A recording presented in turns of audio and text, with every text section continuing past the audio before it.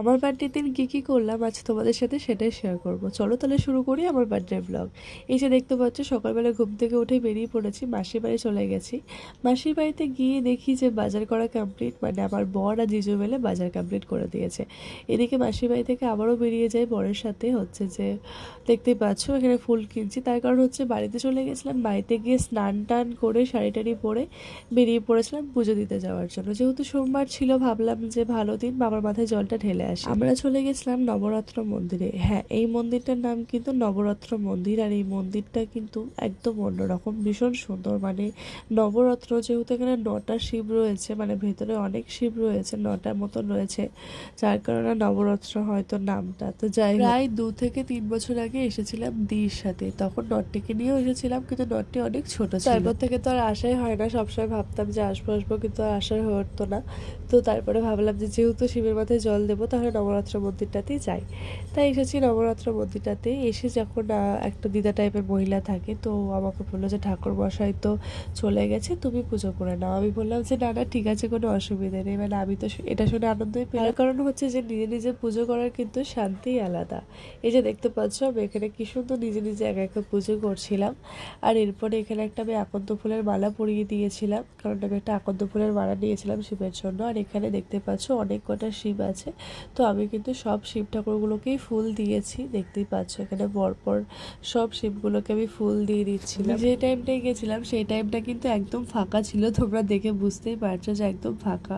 আর এত ভালো লাগছিল, নিজে কি সুন্দর একা একা মানে ফুল দিচ্ছি, পুজো করছি, খুব ভালো লাগছিল।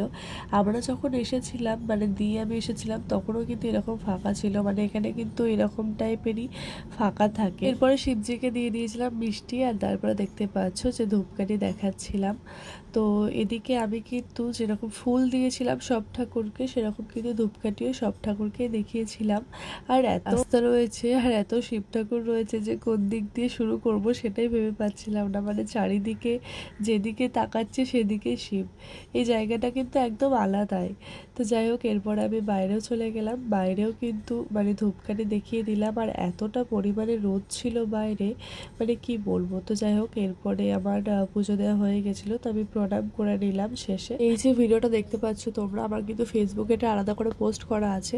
আমি কিন্তু এখানে বলেছিলাম যে ভেতরের ঠাকুরটা তোমাদেরকে দেখাবো, কিন্তু এখানে ব্যাপারটা কি হয়েছে, যেহেতু ফোনটা প্রচুর পরিমাণে ইউজ হয়েছিল আর গরম ছিল, তাই ফোনটা খুবই গরম হয়ে গেছিলো, তাই কুল করতে বলছিল, তাই ফোনটার মানে ক্যামেরাটা অন হচ্ছিল না। তো যাই হোক, এদিকে দেখতে পাচ্ছ যে আমি অমরে চলে এসেছি কেক নেওয়ার জন্য। তো আমি এখানে 2টো কেক নিয়ে নিয়েছিলাম, একটা হচ্ছে বার্থডেতে কেক কাটার জন্য, আর একটা হচ্ছে যে পেস্ট্রি নিয়ে নিয়েছিলাম 2 রকমের।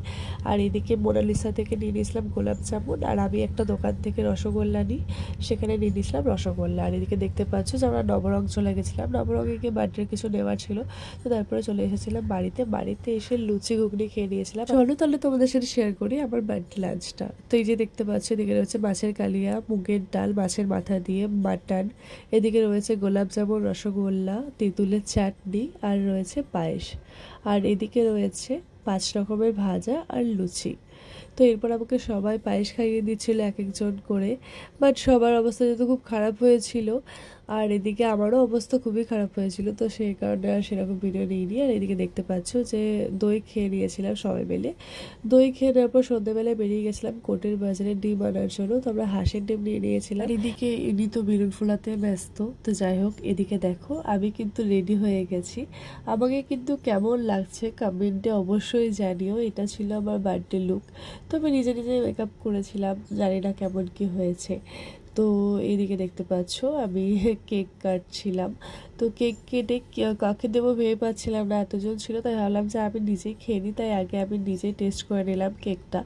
এটা কিন্তু বাটারস্কচের ফ্লেভার ছিল, আর এটা মিয়ামরের কেক ছিল, আর মিয়ামরে তো সব কেকই ভালো খেতে। তো যাই হোক, এরপরে হচ্ছিল আমার বার্থডে সেলিব্রেশন, দেখতেই পাচ্ছ। আর এদিকে হচ্ছে আমার বোন দিদি, ও তো এখন নেই, তোকে খুব মিস করছিলাম সত্যি বলতে। আর এদিকে আমরা সবাই মিলে একসাথে গল্প করছিলাম ওর সাথে ভিডিও কলে, আর তারপরে আমার বরকে আমি কিছু একটা বলছিলাম। তো যাই হোক, এদিকে দেখো আমার দিও কিন্তু ব্ল্যাক ড্রেস পরেছিল, আমরা কিন্তু 2 বোনই ব্ল্যাক হয়ে গেছিলাম। আর এদিকে চলছিল কেক মাখামাখির পর্ব, আমরা 3জন মিলে কেক নিয়ে কিভাবে মাখামাখি করছিলাম দেখো। তো যাই হোক, এরপরে ডিনার করে নিয়েছিলাম ঘুগনি, লুচি আর চিকেন। এই ছিল ভিডিওটা।